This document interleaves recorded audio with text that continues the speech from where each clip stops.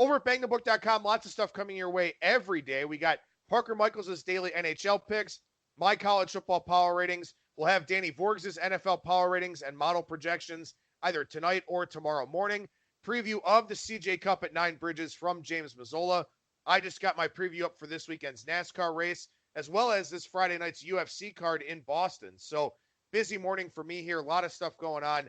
Happy to get all that info out to you nice and early here during the week. As you know, this and every edition of Bang the Book Radio, presented by our friends over at DSI Sportsbook. BTB, the number 200 is that promo code. 100% deposit match bonus for the Sportsbook. 100% deposit match bonus for the live casino at BetDSI. It's only a game until you bet it. Two guests on the program here today. We start things off with professional handicapper Bryan Leonard from WagerTalk.com. Bryan, how's it going today, man? Everything's going great. Looking forward to another huge weekend of football action. Yeah, you've been doing pretty well here of late, huh? Yeah, having a great football season and can't complain at all. I have a limited amount of plays, maybe 4 or 5 on a Saturday. I only had one last Sunday, and it was a bad one. I had the Rams. It was a 5% play. It's the first 5% we've lost forever, it seems. 30-10 now on 5s. I do have a 5 up in college basketball, and it's in the MAC. So very confident about this play, and it's up right now over at Wager Talk. But, yeah, the Rams game, it's everything pointed to the Rams. It was a game they needed to have. Short week for San Francisco.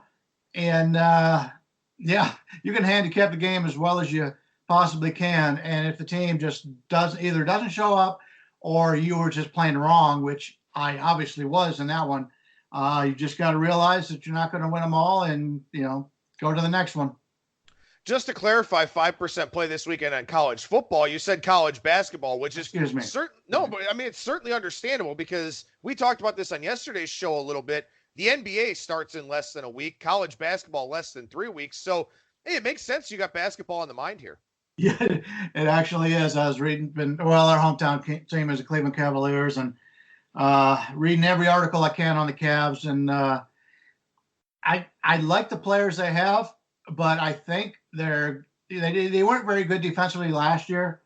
And I think with the young guys getting a lot more action, they won't be very good this year, even though the players that they had will be better. They've just got so many young players. It's going to be hard for them to gel, especially early in the season. I'm going to be looking to play some team totals against the Cavs early in the season.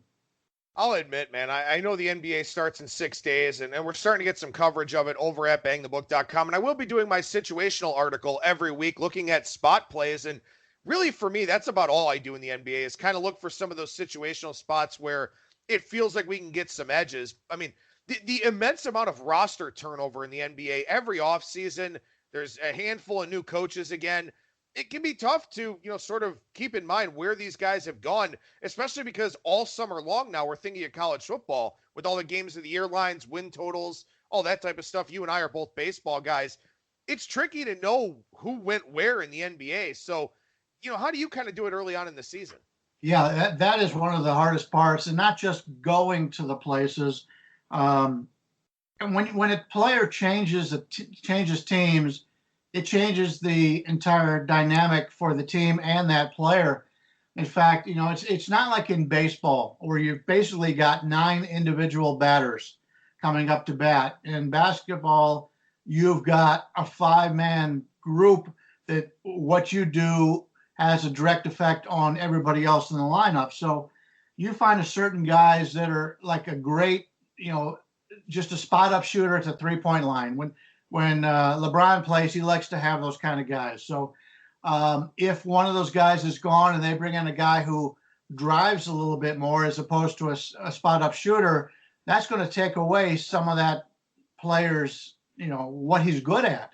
So you just can't grade a player based on his past performance when he goes to a different team, or in fact, when there are changes made on that team. For example, Sexton for the Cavaliers last year, they didn't really, other than Deladova as a backup point guard, they really didn't have a point guard on that team. Now they do have a solid point guard coming out of college. If we can stay injury-free, their first-round draft pick, number 5 pick, I like this kid as a point guard, which will open up Sexton to do what he does best, and that's get open and shoot the basketball. And for those who are looking at full-time stats last year, Sexton really struggled early on. In fact, he struggled all season defensively, but he became a real scorer as the season went on. And this year, the way the new coaching staff and Beeline is put it out there, that he's going to be a main focus offensively. And say what you want about his defense, but his offense, he can score. He's one of the fastest players in the NBA. So I don't do any fantasy basketball, but anybody is out there and they want to take a flyer on a guy like that, Sexton will give you a lot of points. Well, I know there are a lot of people out there that may not necessarily like the NBA, but they like betting on the NBA. So we will talk about it here a little bit as the season goes along, as we can kind of work that in. And then, of course, once college football is over, once the NFL is in the playoffs, we'll do a lot more stuff with both college basketball and the NBA here on the show. But Bryan, before we get into this week in the NFL, Major League Baseball is still going on. Congratulations to the Washington Nationals and their fans.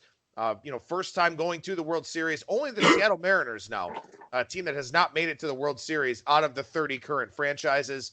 We've got Game 4 expected to go probably tomorrow here in the ALCS. Rain and wind in the forecast in New York. Highly doubt we see that game played tonight. Instead, we'll probably see Game 4 tomorrow, Game 5 on Friday. So no travel day for the two teams, which, I mean, they're used to that anyway from the regular season. But as far as the rest of this Astros and Yankees series goes, what are you kind of looking for here with Houston now up 2-1? It all depends on what the matchups are. I couldn't resist yesterday. I put a play on the Yankees. Been splitting in the playoffs so far. I think I'm 4-4, 5-4. I just couldn't resist playing the Yankees at that price range at home with a capable pitcher on the mound. But Gary Cole and Verlander, they've been the most amazing two starters on a team that I believe I probably have seen in my entire career. There's been teams that had, the Mets years ago had three really good starters when Gooden was in the lineup and healthy, but these two guys have been so dominant. Once in a while you'll see one, but two have been so dominant, and it's helped because Greinke has been. Let's just say he hasn't had a history of showing up for the big games, and he showed that so far in the playoffs. So if you can go out there and you can trot out the two best pitchers, and St. Louis's Flaherty's been the one for them, and if he wasn't on, they were done, and we saw that quickly in that series. I do want to remind people, it's too late now, but if a team in a series, a 7-game series, is up 3-0, I'm not going to say blindly bet that team, but there's plenty of value usually on those teams to sweep because the other team is embarrassed. They don't want to have to go back home, and it worked out well for St. Louis or Washington yesterday. I bet it, didn't give it to my clients. That's my own mistake. But if we see that in the future, keep that in mind, especially in basketball when you've got such a disparity between these playoff teams where, as opposed to baseball where everybody who makes the playoffs in baseball has a shot to win it. In the NBA, you've only got really six teams in a good year that have a chance to win anything. So if a team is on the precipice of a sweep, bet them because the other team really, they know their season's over. Well, and we'll see what happens here the rest of the way with the Astros and the Yankees. But I did mention in my series preview for Cardinals Nationals, I really liked Washington in that series. It was -125, -130 for the series price. Didn't have to sweat that one at all. The Cardinals made a cardinal sin, pardon the pun, using Jack Flaherty in Game 5. They went up 10-0. He should have pitched an inning because he got hot. Instead, he winds up throwing over 100 pitches. And everyone goes, yeah, but you got him in Game 7 on full rest. You didn't get to Game 7. You got one start from Jack Flaherty, your best pitcher. Now, I don't know if he would have pitched Game 1 and Game 4 if they would have sent him back out there on short rest. But that's where these managerial decisions are really, really magnified. And I loved Washington for that reason in that series. Now they advance. And some people have kind of talked about the Nationals and said, oh, it's a bad thing that they won it in 4 because now they have to sit around and wait. Bullshit, man. They don't have to use Corbin for the next 4 or 5 days. They don't have to use Scherzer for the next 4 or 5 days. Same thing with Strasburg, Doolittle, Hudson. They don't have to use any of those guys now while the Astros and Yankees keep beating each other up. That was the best case scenario for Washington to get out, get their pitching staff fully engaged now for the World Series. I still don't think that they win it, but man, they got very, very fortunate to win this in 4. And what we should see is probably a fairly long series, at least 6 from the Astros and Yankees. Yeah, I agree. Keep in mind, Washington, I think they started the season, 19-30, something in that range. Yeah, it's So like the St. Louis Blues, right? From dead last to winning it all. I mean, look at Washington here, making a big run. Yeah, they started slowly, so they've been in playoff form for a long time. Unlike teams like the Yankees or especially Houston, who at the end of the season, the last month of the season, Houston was playing a lot of younger players. They were, if they get a lead in the game, they'd rest their starters. They had that ability to do that. Well, Washington's been at it the entire time, so for them to get a few days off here, I think is very beneficial for them, as you mentioned, especially for that rotation, because their bullpen has been so bad this year. Basically, they've used their closer and other starters in the bullpen in that series. So it's very important for them to get the rest. Yeah, it really is. And of course, we'll see what this series price looks like. I believe game 1 is October 22nd. No matter what happens in the Astros-Yankees series, I don't know if they move that forward or not. I know the NBA, it doesn't matter. Whatever date the series is supposed to start, that's when it starts. And there are huge layoffs in the NBA in the playoffs. I think that game 1 is October 22nd, no matter what here for the World Series. But obviously, I think the Astros and Yankees are still going to go pretty deep in that series, too. I wouldn't count New York out at any point here yet because they've gotten through the Garrett Cole and Verlander starts, and it's only a 2-1 series. So while game 4 is an absolute must-win for them, this series isn't over by a long shot here yet.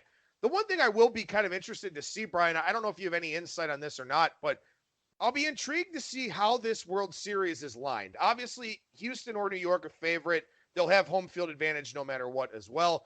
But with Washington getting that sweep, looking as good as they have, knocking off the Dodgers, that's very impressive.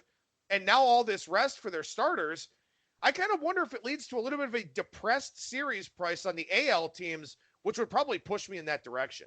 Yeah, I agree. If Washington would have had to go the 7 and they weren't able to set up their rotation, that would have made a major difference because the drop off from the first 2 to 3 is pretty steep there. So now they can start the 2 big guys, games 1 and 2, bring them back 4 or 5. You may even see somebody at game 7. So it helps when you've got a veteran like a Verlander who has pitched 200 innings virtually every year of his career. And when you get to be that age, you don't have to worry about babying yourself like Washington did with Strasburg a few years ago. Verlander's like, give me the damn ball and let me go out there, and you're going to get at least 6 good innings from him. So Washington is in very good shape in that regard. And I'm with you. I thought the American League was going to win the World Series. But with Washington being able to set up their lineup like that with the rotation, that's going to be a huge benefit because we've already seen how, for example, Houston and the Yankees have struggled against aces. So when you could send out aces 4, maybe 5 games in that World Series, it's definitely going to be an advantage for Washington.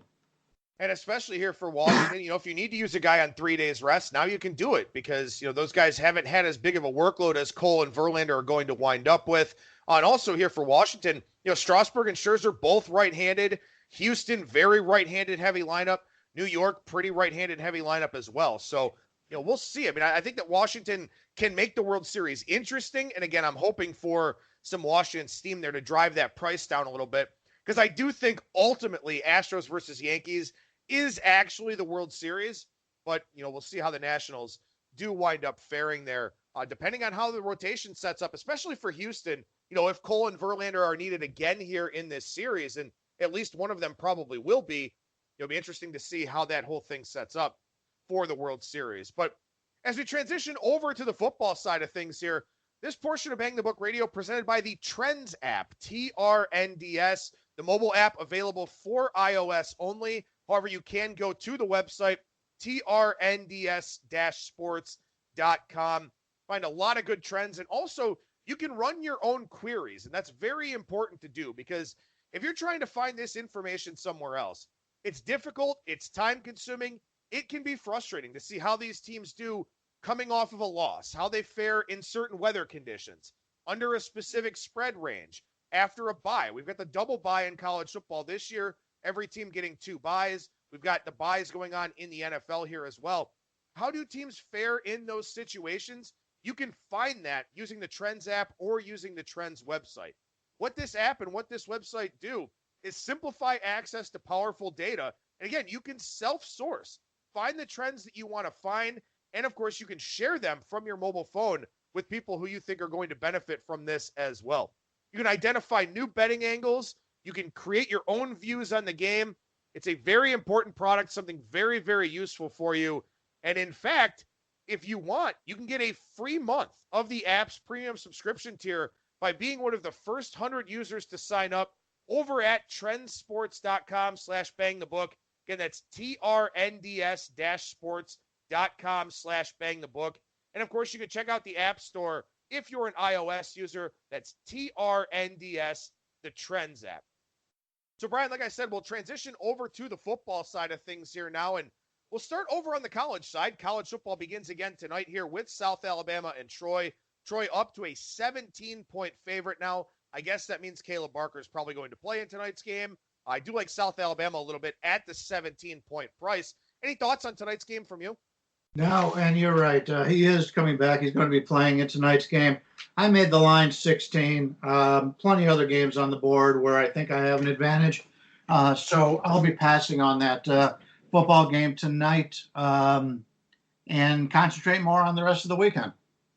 All right, so as we go from week 7 to week 8 here, again, we've crossed the midpoint of the regular season here. Week 16 reserved for Army and Navy. Week 15, all the conference championship games. Now that we're halfway through the season, does anything change for you, or are we too early to start looking at lame duck head coaches, teams that won't go to a bowl, all that type of stuff?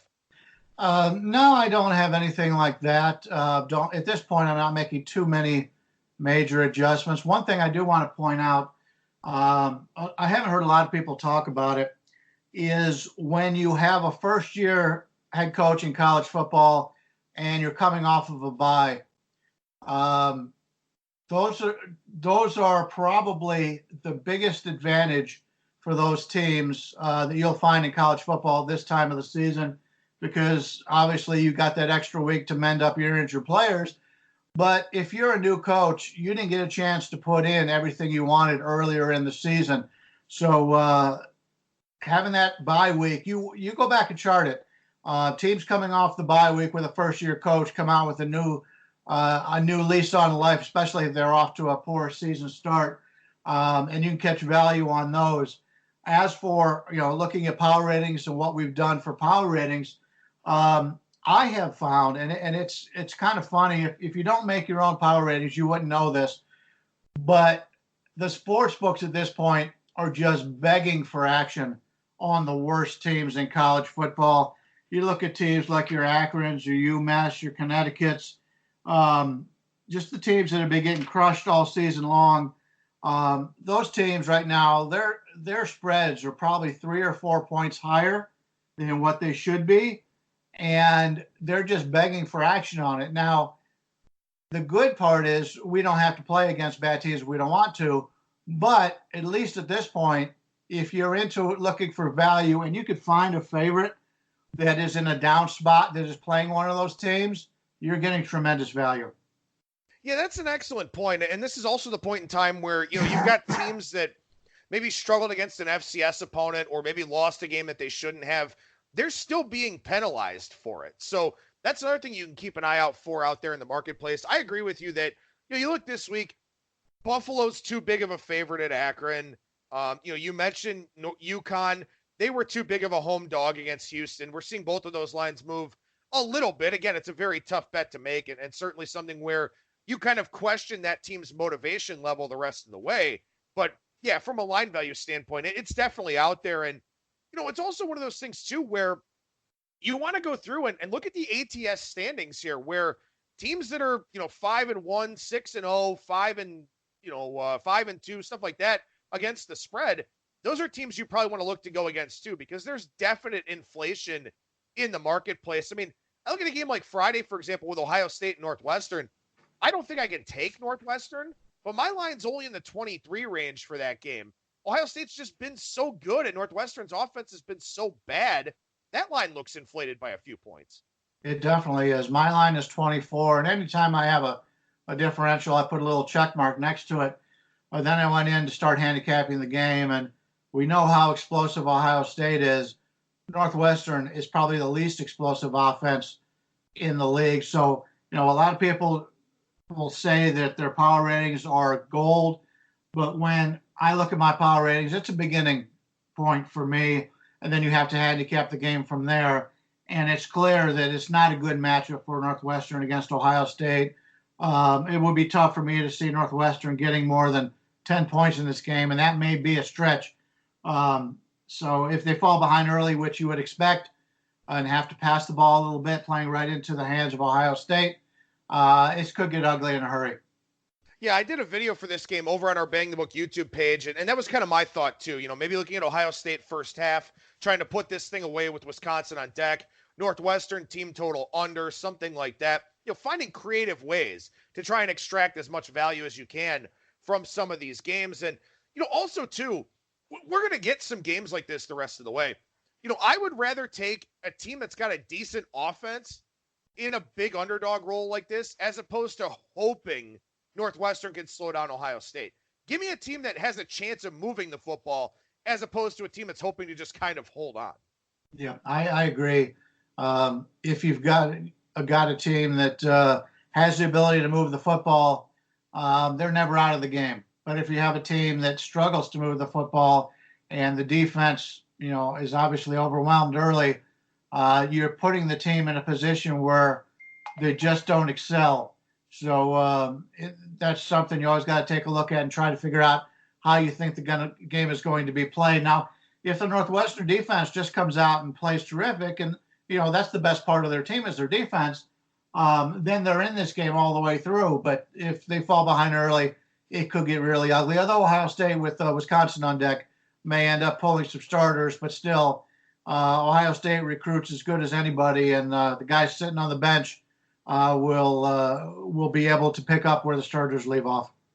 And that's one of those things too. I know that this is something that I think Rolf Michaels has talked about before, and something Brian Blessing has talked about from a college basketball standpoint. Ohio State does still play Rutgers, so it's not like Gunnar Hoke and Chris Chuganoff aren't going to have a chance to get into a game. They also still play Maryland, could very well get into that one.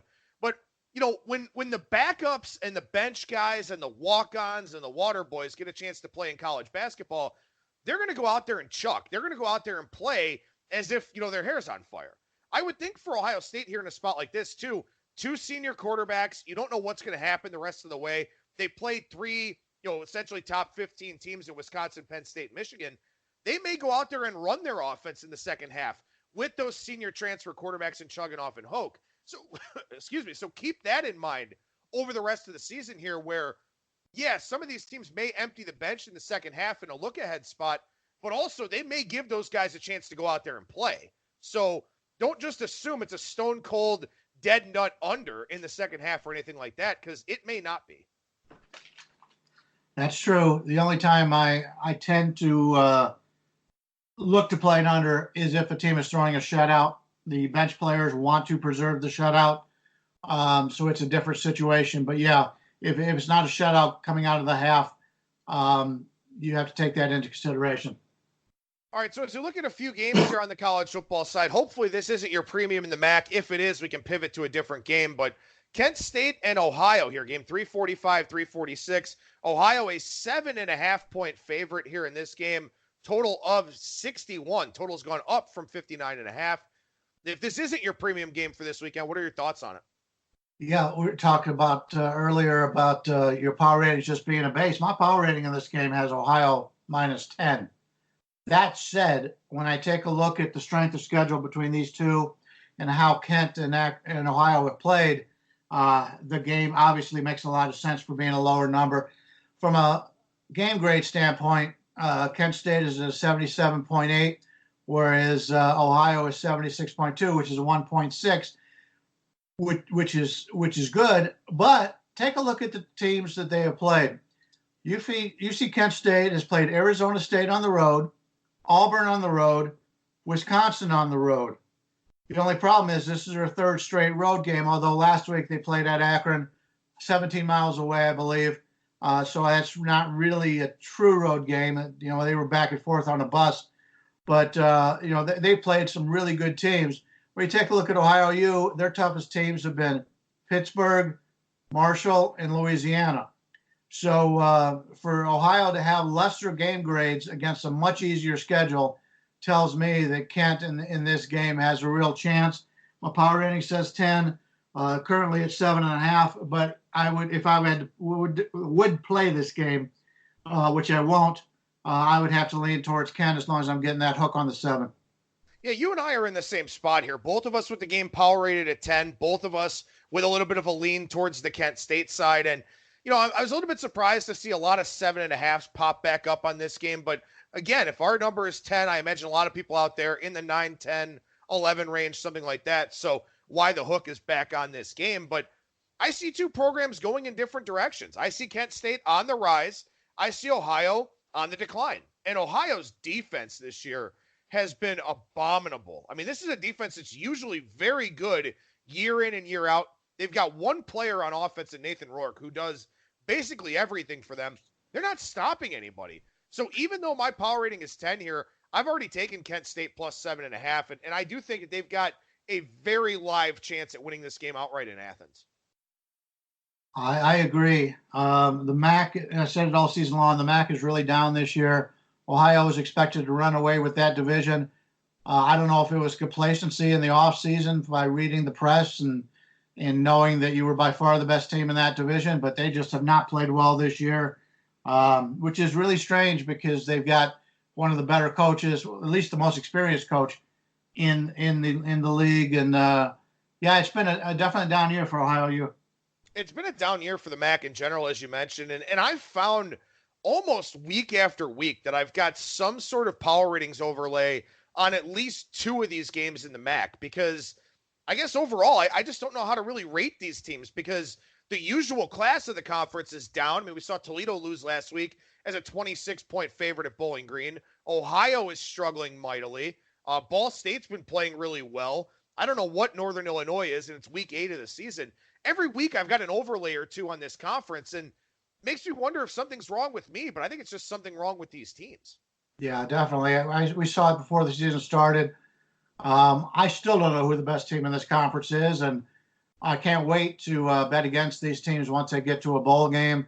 The MAC has traditionally been a lousy bet when it comes to the bowl games, when teams have a lot of time to prepare for them. You've got to realize that you know when the MAC is in action, they're preparing for each other, but when they play outside the conference, you can definitely tell how weak this MAC is this year. And even when the team wins the MAC, that's not much to say this year because I followed the MAC since I was back in college, graduated Akron in '85, and I can't think of a season in which the league was this poor, and it definitely is bad this year. I mean, when you're looking at the final 10 ranked teams in college football, and 3 or 4 of them are MAC schools, you know it's not a good season. No, it's definitely not. And we move on here to game 417, 418. In fact, I woke up to a text message from one of our listeners about this game here about 7 in the morning. So I guess it was on somebody's mind. So I figure why not throw it on the show here today. Game 417, 418 is Temple and SMU. SMU, a 7.5-point favorite here, ranked in the top 25. You know, a team that's played very, very well all season long. And I think that on the surface, this number is going to look light to a lot of people. My number is 6, but I don't want to play on Temple here. I don't like to play on teams who won the previous week and probably didn't deserve it. They got that win against Memphis, 30-28. They were outgained in that game, out first down in that game. They won the turnover battle by 2. Overall, not overly impressed, even though they got that victory. SMU, I believe, had a bye last week, and then they played Tulsa the week before and struggled with Tulsa. Major comeback in that game. So that was sort of a scare for SMU. Had the week to prepare here. My number says 6, but once again, it's just a base, and I lean with SMU here, but I doubt if I'll get there. Yeah, my number's 5.5 on this one. And you talk about bye weeks, and sometimes they come at really bad times. Sometimes they come at really good times. That was a very well-timed bye for SMU. Coming off that triple overtime game and the comeback against Tulsa, the next week would have been a very tough game for them. But instead, they get the week off. That should help them tremendously here in this one.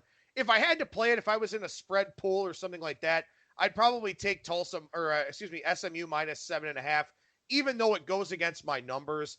Temple's one of those teams, I don't know what to do with them week in and week out either. So that's kind of the theme, I guess, here in college football, where you got really good, really bad, and everything in between almost seems interchangeable week to week. Yeah, that's true. It all comes down to spot plays a lot of times in college football. And I always try to put myself in the position of the players. I'm excited to play this game. Do I want to come out and prove something? Or is this a game I'll overlook? And obviously, every week is different. We've seen in the NFL all the time, a team that's dominant one week, a couple weeks later, they look like they're a mess. Same thing that happens in college, probably more often, because we're dealing with a lot of younger kids here.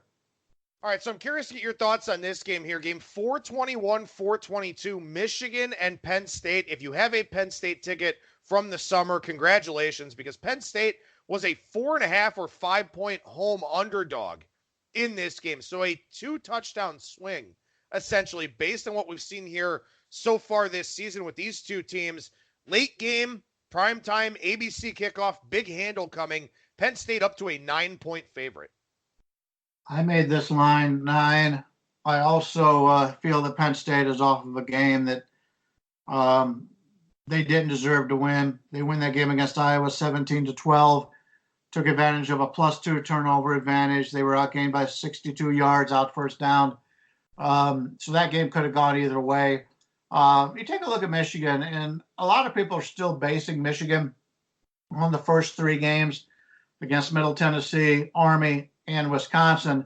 At that point, they were as low as they could be, and we came back and they played Rutgers, Iowa, and Illinois since, and they've been good.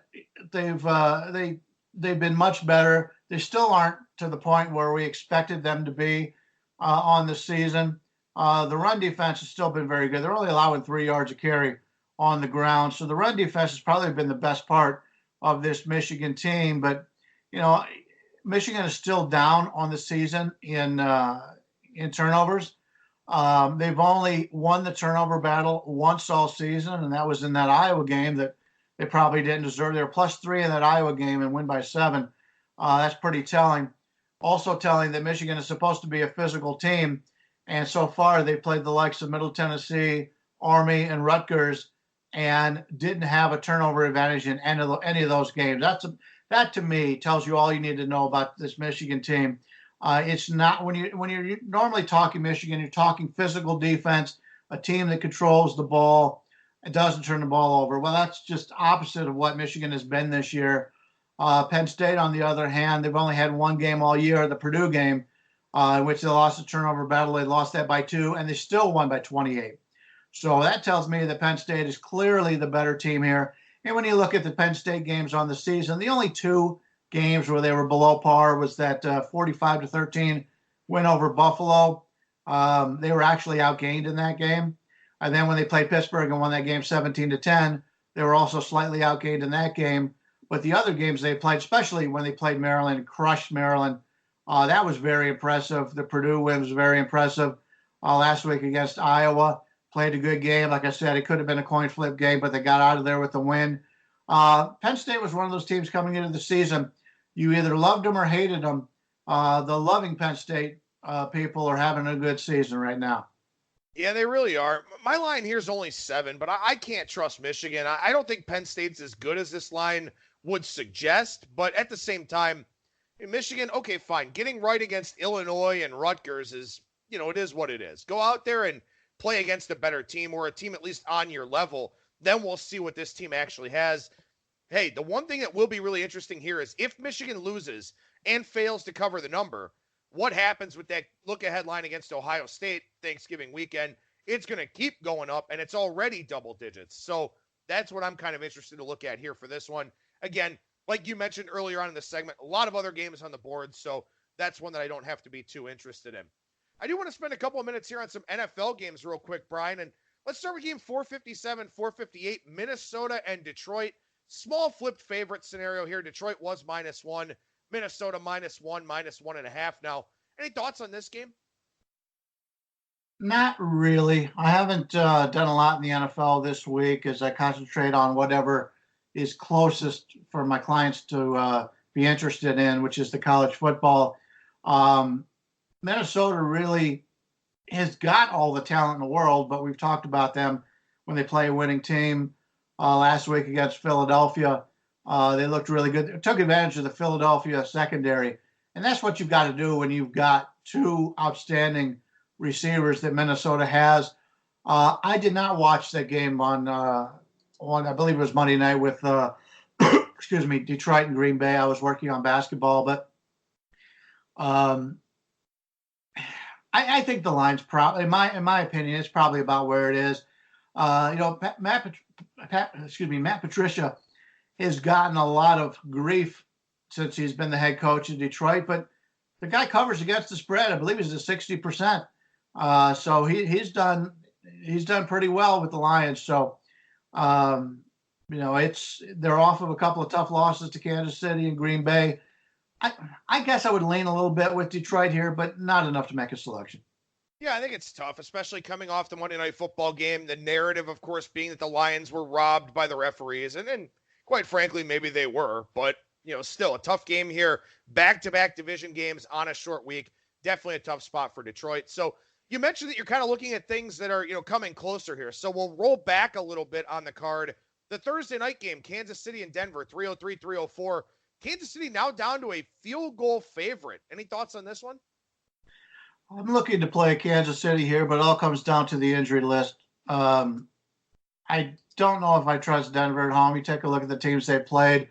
In fact, over the entire season, especially the last 3 weeks, Jacksonville, the Chargers, Tennessee, not overly impressive in those games. They were still able to, get victories in the last two. But Kansas City, I guess you take a look at it. Excuse me. From a high and a low standpoint. From a low standpoint, Denver could stay in this game. But if both teams play their best, I think Kansas City has the ability to blow them out. From what I understand, they're getting some players back, but it's too early in the week for me to step out on this in that regard.